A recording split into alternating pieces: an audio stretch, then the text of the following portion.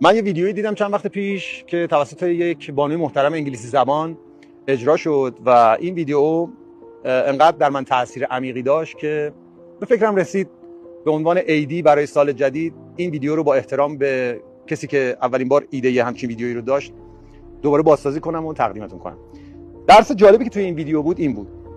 میگفت فرض کنید که این لیوان ما هستیم و آبی که در این لیوان هست زندگیه که به ما ارزانی داشته شده. همونطور که می‌بینید همه چیز شفاف، زلال و تمیزه. در طول زندگی البته خب طبیعتاً زندگی ما دستخوش تغییراتی میشه. شیرینی هایی به زندگیمون اضافه میشه. بعضی وقتا شوری هایی به زندگیمون اضافه میشه. بعضی وقتا ترشی ها، تلخی ها و تندی هایی به زندگی ما اضافه میشه. و وقتی که با زندگی ما مخلوط میشه زندگی ما رو به حالتی شبیه این در میاره. همونطور که میبینید دیگه شفاف نیست، زلال نیست، تمیز نیست. این وضعیت از یه جایی به بعد ما رو به ناامیدی و غصه میرسونه، به حسرت میرسونه و ما به فکر میفتیم که باید به حال زندگیمون یه فکری بکنیم. با این وضعیت که نمیشه ادامه داد. بنابراین تلاش میکنیم که زندگیمون رو از آلاینده ها پاک بکنیم. بذاریم ببینیم میشه.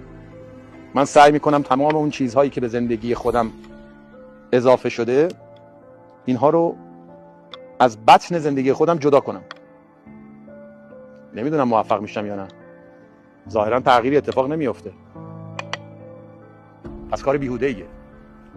هر چقدر تلاش کنم نمیتونم به این وسیله زندگی خودم رو پاک بکنم. پس راهش چیه؟ این خانم در ویدیوی جذاب خودشون این راهو پیشنهاد کردن. اگر ما به زندگیمون به جای اینکه سعی کنیم آلاینده هاش رو ازش در بیاریم، سعی کنیم چیزهای اضافه کنیم، مثل آبی که الان من به این لیوان اضافه میکنم و اجازه بدیم که سرریز بشه، شاید امیدی باشه. میبینین کم کم شفافیت آب دوباره داره بهش برمیگرده.